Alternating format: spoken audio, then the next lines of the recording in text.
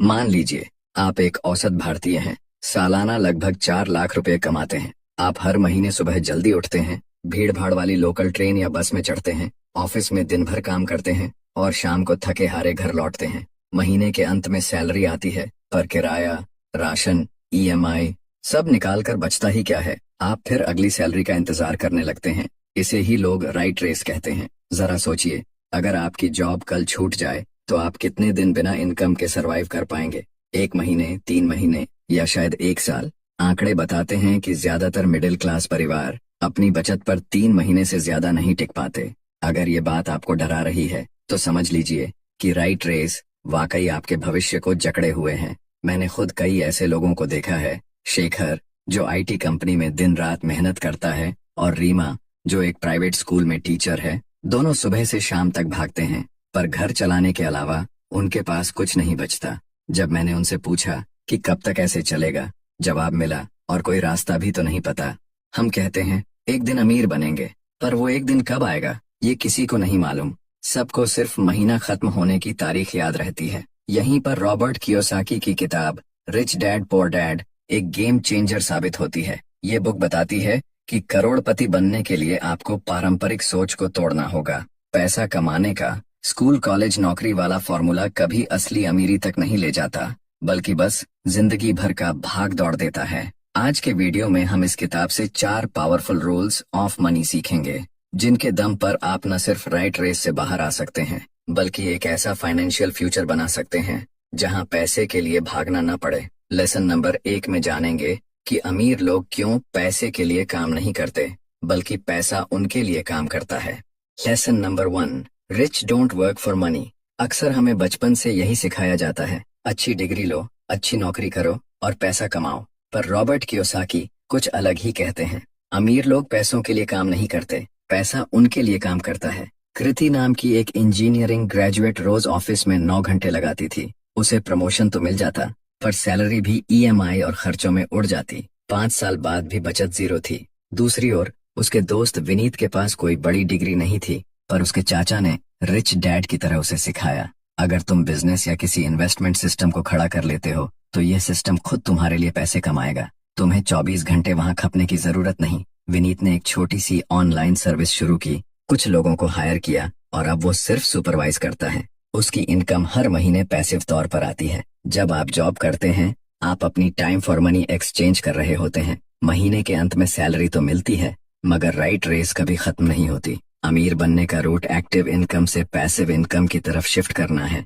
यानी एसेट्स खरीदना, बिजनेस बनाना या इन्वेस्टमेंट्स करना, ताकि पैसा खुद चलकर आपके पास आए। हम अक्सर बोलते हैं मुझे बस एक अच्छी नौकरी मिल जाए, फिर मस्ती है। पर असलियत में नौकरी के साथ भी मस्ती कम, खर्चों की टेंशन ज्यादा होती है। अगले पॉइंट में हम समझेंगे कि फाइनेंशियल लिटरेसी क्या होती है और कैसे यह आपको अपने पैसों को चलाना सिखाती है, न कि अपने पैसों के पीछे भागना। यही वो कॉन्सेप्ट है जो आपको कई बरसों से कोई नहीं सिखा रहा था। Lesson number 2, financial literacy. अक्सर हमें यही बताया जाता है कि स्कूल ही हमें आगे बढ़ाएगा, लेकिन रिच डैड पुअर डैड कहती है कि स्कूल का मकसद एक अच्छा कर्मचारी बनाना है, न कि अमीर इंसान। अमीर बनने के लिए सबसे जरूरी है फाइनेंशियल लिटरेसी, यानी पैसों का सही इस्तेमाल करना सीखना। रजत एक आईटी जॉब में था, अच्छी खासी सैलरी कमाता था।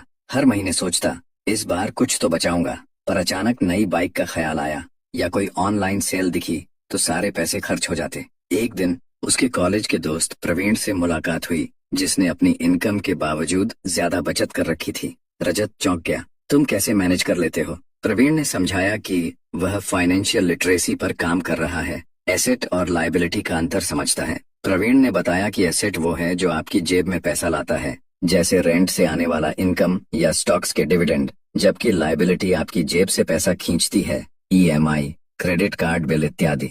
रजत ने सीखा कि कमाना ही सब कुछ नहीं, उसे संभालना और इन्वेस्ट करना भी आना चाहिए। कुछ ही महीनों में उसने एक छोटे से स्टॉक पोर्टफोलियो में इन्वेस्ट किया, पुराने फालतू खर्चों में कटौती की और अपनी सेविंग्स को कंपाउंड होने दिया। अगर आप सही फाइनेंशियल लिटरेसी नहीं सीखेंगे तो चाहे आप करोड़ों भी कमा लें, सब गलत जगह बह जाएगा। अमीर बनने के लिए ये समझना जरूरी है कि पैसा केवल कमाने की चीज नहीं, उसे लगाना भी एक आर्ट है। हम अक्सर बोलते हैं पैसा तो हाथ का मैल है, पर अगर उसे बुद्धिमानी से इन्वेस्ट नहीं किया तो वो मैल हाथ से फिसल कर गायब हो जाएगा। इससे साफ पता चलता है कि अमीर और गरीब का फर्क केवल इनकम में नहीं, फाइनेंशियल लिटरेसी में छिपा होता है।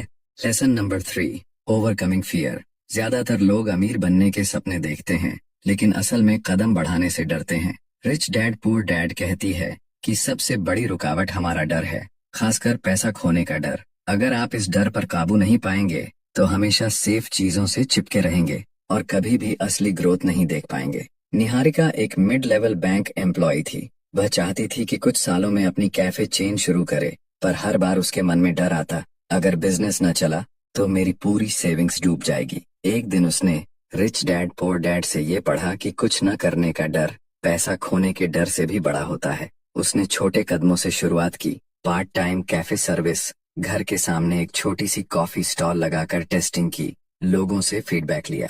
शुरुआती महीनों में उसे घाटा भी हुआ, लेकिन उसने हार नहीं मानी। धीरे धीरे उसकी पहचान बनी और अब उसके 2 छोटे छोटे कैफे चल रहे हैं। इस कहानी से मालूम होता है कि डर से पार पाना ही असली टेस्ट है। अगर आप डर के आगे घुटने टेक देंगे तो आप कभी भी पैसा आपके लिए काम करे वाला सिस्टम नहीं बना पाएंगे। हर अमीर इंसान को भी पैसा खोने का डर होता है, मगर वो लोग रिस्क को मैनेज करते हैं, उसे टालते नहीं। मौका आने पर वे अपना इन्वेस्टमेंट करते हैं, बिजनेस शुरू करते हैं और गलती होने पर सीख कर आगे बढ़ते हैं। हम सोचते हैं मैं पक्का फेल हो जाऊंगा, लेकिन याद रखिए, कुछ न करने से तो आप 100% फेल हो रहे हैं। ऐसा रिसर्च में नहीं, जिंदगी में साबित हो चुका है। यही हिम्मत आपको राइट रेस से बाहर निकालेगी। डर को अपने फैसलों पर हावी न होने दें, बल्कि अपनी फाइनेंशियल समझ के दम पर रिस्क उठाएं।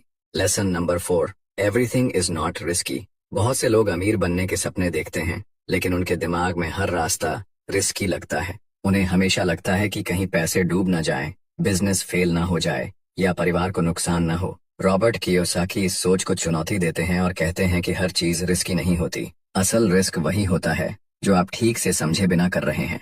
रवि एक सॉफ्टवेयर इंजीनियर था, जिसकी सैलरी ठीक ठाक थी, लेकिन वो हमेशा नई नई ईएमआई में फंसा रहता था।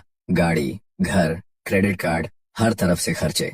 एक दिन उसके दोस्त चारुदत्त ने सुझाव दिया कि तू थोड़ा बहुत इन्वेस्टमेंट कर ले, शेयर मार्केट या कुछ रेंटल प्रॉपर्टी में। रवि ने डर कर कहा, नहीं यार, शेयर तो बहुत रिस्की होता है और प्रॉपर्टी में कौन पैसा लगाए। कुछ महीनों बाद कंपनी ने ले ऑफ की और रवि की जॉब चली गई। उसके पास इतना भी बैकअप नहीं था कि 2-3 महीने गुजार सके।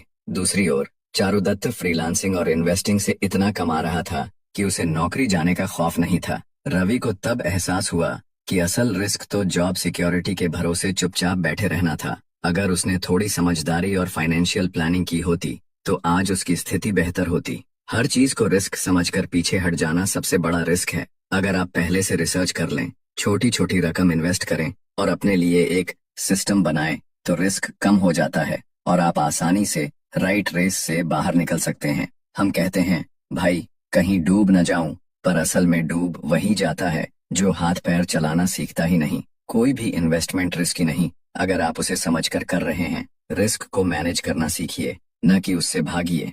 आपने रिच डैड पुअर डैड से जुड़े ये 4 रूल्स ऑफ मनी सीख लिए। 1, अमीर लोग पैसे के लिए काम नहीं करते। 2, फाइनेंशियल लिटरेसी सफलता की बुनियाद है। 3, डर पर काबू पाए बिना आप आगे नहीं बढ़ सकते। 4, सब कुछ रिस्की नहीं होता, असली रिस्क तो आंखें मूंद कर जीने में है। अगर आपको ऐसा लगता है कि आप रोज एक ही चक्र में फंसे हैं, महीने की सैलरी मिलना, खर्चों में उड़ जाना और फिर अगले महीने का इंतजार, तो ये 4 रूल्स आपकी सोच बदलने के लिए काफी हैं। अमीर बनने के लिए जरूरी नहीं कि आप टॉप कॉलेज से पढ़े हों या बड़ी जॉब करते हो। जरूरी है कि आप अपने पैसों को किस तरह मैनेज और इन्वेस्ट करते हैं। आज ही अपने खर्चों पर नजर डालें, अपने डर पर काम करें और अपने लिए एक ऐसा सिस्टम खड़ा करें जहां पैसा आपके लिए काम करे। दुनिया बदल रही है, अगर आप अभी शुरू नहीं करेंगे तो हो सकता है सालों बाद भी आप वहीं खड़े हों जहां आज हैं। हम अक्सर बोलते हैं, कल से पक्का शुरुआत करूंगा, पर वही कल कभी नहीं आता। आज ही एक्शन लें।